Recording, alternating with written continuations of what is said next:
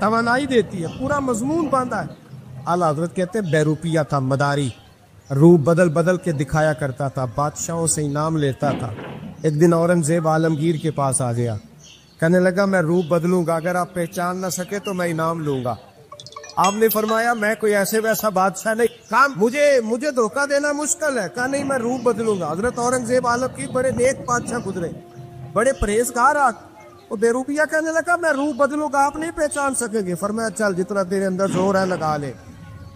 حضرت نے اعلان کیا کہ میں نے فوجی بھرتی کر دے, 2 ماہ کے بعد ٹیسٹ ہوگا. وہ 2 مہینے دوڑتا رہا, رنگ روپ بناتا رہا, آیا ٹیسٹ دینے, 2-3 سپاہیوں کا امتحان لیا. اس کی باری آئی تو 10 روپے دیے, کہنے لگے تیرے آنے جانے کا کرایہ میں نے تجھے پہچان لیا ہے. کچھ دنوں کے بعد جانے لگے سفر پر, تو بھکاری آ گئے خیرات مانگنے. اس نے بھی سارے منہ پر سیاہی مال لی, کپڑے پھاڑ لیے, سر کے بال مڈا لیے, پگے تک کٹا لی, پگ رنگ ہو کے آیا. کاسا آگے کیا تو حضرت نے 10 روپے ڈالے, کہنے لگے تیرے آنے جانے کا کرایہ میں نے پہچان لیا ہے. کچھ دن گزرے تو ٹیچر کی ضرورت تھی. اس نے مونچھیں بڑی کر لی, داڑھی نکلی لگا لی, سر پہ جنا کیپ پہن لی, ایک شیروانی لے لی اور ہاتھ میں چھڑی پکڑ کے آیا. کہنے لگا میں استاد ہوں, 2-4 بندوں کا امتحان لیا. اس کی باری آئی تو 5 روپے دیے, 10 روپے دیے, کا تیرا کرایہ میں نے پہچان لیا. 2 سال گزر گئے. وہ جب بھی آتا حضرت پہچان لیتے. ایک دن سفر پہ جا رہے تھے, بہت بڑا لشکر تھا, جہاد کرنے جا رہے تھے اورنگزیب عالمگیر. تو دیکھا ایک پہاڑی ہے, پہاڑی پہ لوگ جا بھی رہے ہیں آ بھی رہے. اورنگزیب عالمگیر پوچھنے لگے یہاں کیا ہے؟ کہنے لگے بابا جی بیٹھے ہیں دعا کرتے ہیں, اللہ کے نیک بندے ہیں. اورنگزیب کہنے لگے یار پرانے لوگ سارے ہی اللہ والوں کو مانتے, یہ بھی مصیبت آئی ہے جتنی نہیں آئی ہے, سارے لوگ ہی مانتے. کہنے لگے ذرا میں دعا نہ کراؤں, بچے کام جا رہا ہوں. اورنگزیب بادشاہ تھے, بادشاہ لوگ نازک مزاج ہوتے ہیں. گھوڑے سے اترے, بڑی مشکل سے پہاڑی پہ چڑھے, اوپر گئے تو لائن لگی ہے, بابا جی غار میں بیٹھے. کہنے لگے میں نے ملنا ہے, میں اورنگزیب ہوں. انہوں نے کہا ہمارا بابا اس طرح کا پیر نہیں کہ امیر آئے تو رنگ اور ہو, غریب آئے تو اور ہو. یہاں اگر ملنا ہے تو لائن میں لگ جاؤ, سب ایک جیسے. اب لائن میں کھڑے ہو گئے, 50 آدمی آگے تھے, کہتے 51واں نمبر تھا. تھک گیا دھوپ میں کھڑا کھڑا. جب میں پہنچا غار کے دہانے تو میں نے بابا جی کے چہرے پہ نظر ڈالی تو بڑا نورانی چہرہ, بڑی خوبصورت لب و لہجہ. میں نے کہا میرے جیسا آدمی بھی پگڑی باندھ لے تو اچھا لگنے لگ جاتا ہے, بڑا خوبصورت انداز. کہتے ہیں میں ان کے پاس اتحیات کی حالت میں بیٹھ گیا. میں نے کہا حضور میں جا رہا ہوں جہاد کرنے, دعا کرنا. بزرگوں نے ہاتھ اٹھائے, اللہ اس کی مدد فرما, دین کو غلبہ عطا فرما, اس سے دین کا سچا پکا سپاہی بنا.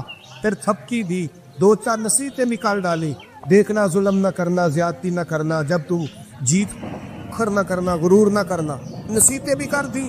کہتے ہیں اب جب میں اٹھا تو 2-4 دینار بطور نذرانہ مسلح کے نیچے رکھے, اور الٹے قدم جب میں غار سے اترا انہوں نے رومال جاڑا اور اٹھ کے کھڑے ہو گئے. کہنے لگے آج نہیں تو نے پہچانا, آج نہیں تو نے پہچانا, میرا انعام بنتا ہے, آج نہیں پہچانا, لا پیسے.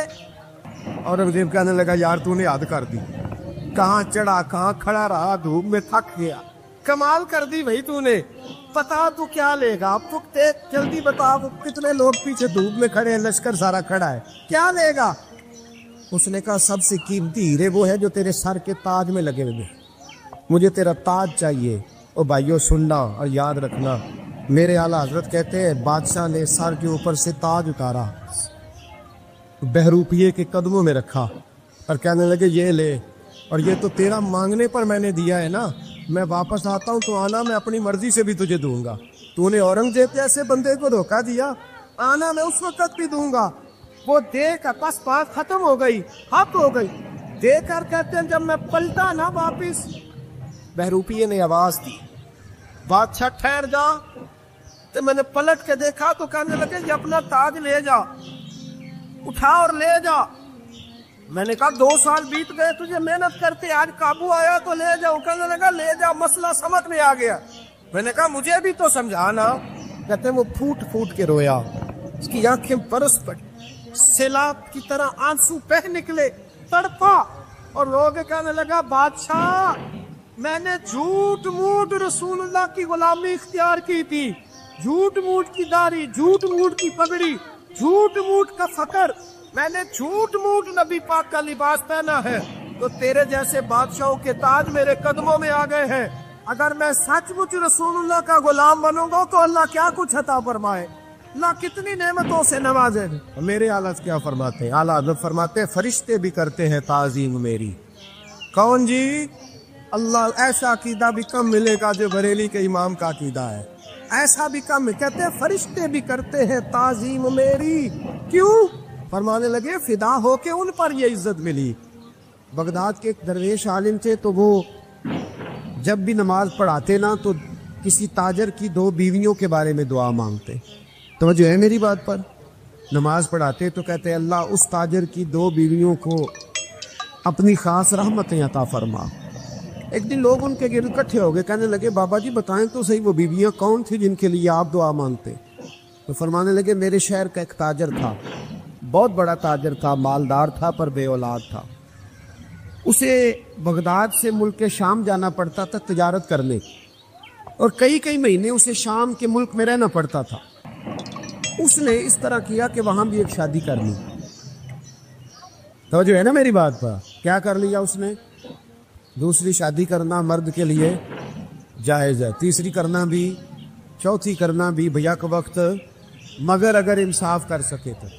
اگر چاروں میں ہم نہ آدھا مسئلہ سنتے ہیں اور آدھا ہی بیان کرتے ہیں، اگر انصاف نہ کر سکے پھر اس کے لیے 4 جائز، پھر وہ ایک ہی رکھے گا۔ تو عزیز دوست دوسرا نکاح کر لیا، شادی ہو گئی، اب وہ وہاں کچھ زیادہ وقت گزارنے لگا۔ مالدار آدمی تھا، بیوی کو مکان بھی لے کے دے دیا۔ اب وہ دیر سے آتا واپس، اور جب آتا بھی تو اس کے وہ والے انداز نہ ہوتے جو پہلے ہوا کرتے تھے۔ اب بیوی سے بڑا جاسوس بھی کوئی نہیں ہوتا، اس کو تو پہلے پتہ چل جاتا ہے کہ ماجرا کیا ہے، اسے بڑی خبر ہوتی ہے۔ تو اس نے محسوس کر لیا کہ بدلے بدلے سے میری سرکار نظر آتے۔ وہ کہنے لگی اب کہ جب آتا جاتا ہے تو اس کے حالات کچھ بدلے بدلے سے ہیں، ماحول کچھ اور ہے۔ اس نے ایک بوڑھا آدمی جو اس کا عزیز بھی تھا اور سمجھدار بھی تھا اس کو تیار کیا۔ کہنے لگی اب کہ جب ملک کے شام جائے نا تو اس کا پیچھا کرنا اور خبر کرنا کہ کہاں رہتا ہے، کہاں جاتا ہے، کیا کرتا ہے۔ وہ بوڑھے بزرگ جو تھے وہ خاتون کے کہنے پر کچھ اس نے کرایہ بھی دیا۔ وہ اس تاجر کے پیچھے گئے اور واپس آ کے خبر دی۔ کہنے لگے کہ یہ تو 2-3 سال بیت گئے، اس نے وہاں بھی شادی کی ہوئی ہے، تجھے بتایا ہی نہیں۔ بیوی بڑی سمجھدار تھی، حوصلہ مند، زیرت، اس نے شور نہیں مچایا۔ اس نے کہا کہ میں نا اب جب آئے گا نا تو طریقے سے بات کروں گی اور پوچھوں گی کہ ایسا کیوں کیا۔ اور یہ بھی اس نے آ کے بتایا کہ اگر تیرے ساتھ نکاح کے بعد اسے اولاد نہیں ملی تو اولاد وہاں بھی کوئی نہیں، یہ مکمل تفصیلات۔ اب جب اس دفعہ خامند آیا تو آتے ہی وہ بیمار ہو گیا، کمزور ہونے لگا۔ اب خاتون نے مناسب نہیں سمجھا کہ آتے ہی دڑام سے میں اس کے سر پر یہ تھوڑ دوں کہ تو نے نکاح کیا ہوا ہے اور مجھے بتایا نہیں۔ وہ ذرا تسلی میں رہی، کچھ وہ بیمار تھا، حوصلہ رکھا، خدمت کرتی رہی۔ کچھ دن گزرے تو وہ تاجر انتقال کر گیا، فوت ہو گیا۔ اب راز کھل نہ سکا، عدت گزاری، اور جب سارا مال جمع کیا نا تو اشرفیوں کی بوریاں بھر گئی۔ سارا مال اس بی بی کا، 4 بوریوں میں اشرفیاں، 4۔ یہاں تو پیٹ کا دوزخ ہے، معاذ اللہ، بھرتا ہی نہیں۔ حل من مزید، حل من مزید۔ وہ جو کہتے تھے نا کہ بس باہر چلا جاؤں اور باہر میں کچھ تھوڑے سے پیسے کما کے 2-3 سال میں لوٹ آؤں گا، پھر یہاں آ کے کوئی کاروبار کروں گا، وہ گئے ہیں تو واپس نہیں آئے۔ وہ جو کہتے تھے نا بس میں نے اتنا سا کاروبار کرنا ہے کہ مکان بن جائے، انہوں نے 4 مکان بھی بنا لیے ہیں، لیکن بریک حل من مزید کی دوڑ ہے۔ اب 4 بوریاں اس عورت نے چھپائے رکھی۔ کوئی بندہ نہیں جانتا بغداد میں کہ ملک کے شام میں تاجر کی دوسری بیوی بھی ہے۔ جب وہ فارغ ہوئی تو اس نے اس بوڑھے جاسوس کو پھر بلایا اور 2 بوریاں اونٹ پہ رکھی، خود بھی ساتھ بیٹھی اور ملک شام گئی۔ اللہ اکبر۔ وہ بزرگ کہتے ہیں میں ایسے نہیں دعا کرتا۔ اس کو جا کے کہنے لگی میں اکیلی وارث نہیں ہوں، آدھے کی وارث تو بھی ہے۔ میں اکیلی وارث نہیں، یہ تقسیم وراثت ہے، آدھی کی وارث تو بھی ہے، تو رکھ اپنے پیسے۔ مجھے پتہ ہے اس نے نکاح کیا تھا پر مجھے بتایا نہیں تھا، تو رکھ اپنے پیسے، میں تجھے دے رہی ہوں، آدھے تیرے ہیں آدھے میرے ہیں۔ اس نے نظر اٹھائی تو رو پڑی، کہنے لگی نہیں اب یہ سارے تیرے ہی ہیں۔ اگر تو اللہ سے ڈرتی ہے تو میں بھی رب سے ڈرتی ہوں، اگر تو مصطفیٰ کریم کا کلمہ پڑھتی ہے تو میں بھی اسی نبی کی ماننے والی ہوں۔ کہا بات کیا ہے، میرا کیوں ہے سارا؟ تو وہ خاتون کہنے لگی وہ 2 سال 3 سال سے میرے ساتھ نکاح تھا اور اس نے بتایا تھا مجھے کہ میری بیوی بھی ہے، اور میں غریب تھی تو میرے والدین کو بھی بتایا تھا کہ میری دوسری شادی ہے۔ یہ مکان اس نے مجھے لے کے دیا تھا، میرے تمام اخراجات وہ پورے کرتا تھا، نان و نفقہ کا خیال رکھتا تھا، لیکن اب کہ جب وہ آیا تو وہ بیمار تھا۔ اس نے مجھے بتایا کہ مجھے طبیب نے بتایا ہے کہ میں شدید بیمار ہوں، شاید بچ نہ سکوں۔ تو کہنے لگی وہ مجھے کئی لاکھ روپے بھی دے گیا اور جاتے دفعہ مجھے طلاق بھی دے گیا، فارغ کر گیا۔ کہنے لگا تو جہاں چاہے میرے بعد نکاح کر سکتی ہے، اور کہنے لگا میں چاہتا تھا پہلی بیوی کو بتا دوں، موقع نہیں بنا اور اس کا دل نہ ٹوٹے، بتا نہیں پایا، لہذا وہ مجھے ڈھیر سارے پیسے دے چکا ہے، سارا میرا حصہ مجھے پہلے سے دے چکا ہے۔ میری بہن اب یہ 4 بوریوں میں سے 2 میری نہیں بلکہ 4 کی 4 ہی تیری ہے، تو ہی اس کی حقدار ہے۔ تو بزرگ کہتے ہیں مجھے بتاؤ جن کے اندر اس قسم کے تقوی کی جھلک ہو ان کے لیے ہر نماز کے بعد دعا مانگنی چاہیے کہ نہیں مانگنی چاہیے؟ حضرت عمر کے زمانے میں نا ایک نوجوان تھا، نیک تھا، مسجد جایا کرتا تھا رات کو۔ تو مسجد جا رہا تھا تو رستے میں ایک عورت نے دعوت گناہ دی، ابن عساکر نے اس کو لکھا ہے۔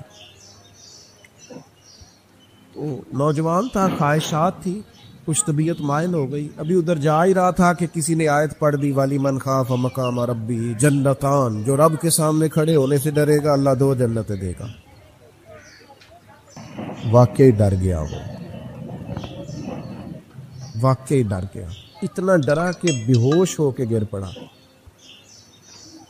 بیماری سے لوگ بے ہوش ہوتے ہیں، پیسے ڈوب گئے بے ہوش ہوتے ہیں، بچے کے غم میں بے ہوش ہوتے ہیں۔ سچ بتاؤ کبھی خوف خدا سے بھی بے ہوش ہوتا کوئی دیکھا ہے؟ ہمارے ہاں تو روز مرہ ہی نہیں ہے بھائی، اور بڑی باتیں ہیں بے ہوش ہونے کی، ڈرنے کی، غش کھانے کی۔ بے ہوش ہو کے گر پڑا، بوڑھے باپ کو کسی نے بتایا بچہ بے ہوش پڑا ہے، اٹھا کے گھر لائے، گھر لا کے کہا بیٹا کیا ہوا؟ نوجوان ہے، چڑھتی جوانی ہے پر پاکیزہ بڑی ہے۔ کہنے لگا ابا جی گناہ کی طرف چلا گیا تھا پر میں نے آیت سن لی جو اللہ کے سامنے کھڑے ہونے سے ڈرے گا رب 2 جنتیں دے گا، میں ڈر گیا تھا، رب واقعی 2 جنتیں دے گا۔ باپ رو پڑے، ابا جی کی آنکھوں میں آنسو آئے اور کہا پتر اللہ بڑا مہربان ہے، اس کے بعد سچے ہیں، واقعی 2 جنتیں دے گا۔ اس نے پھر ایک چیخ ماری اور اس طرح کی ماری کہ اس کی روح پرواز کر گئی، روح پرواز کر گئی۔ پشتگانے خنجر تسلیم را، عشق کی خنجر سے قتل ہو گئے لوگ۔ صبح حضرت عمر کو پتہ چلا کہ انہوں نے تو رات جنازہ بھی پڑھ دیا، تدفین بھی کر دی۔ جناب عمر فرمانے لگے اتنا نیک نوجوان خوف خدا سے دنیا سے چلا گیا، مجھے کیوں نہیں بلایا میں جنازہ پڑھتا؟ فاروق اعظم فرما رہے ہیں میرا شوق تھا میں اس کا جنازہ پڑھتا۔ کہ حضور آپ کو تکلیف نہیں دی؟ فرمایا بتاؤ قبر کہاں ہے؟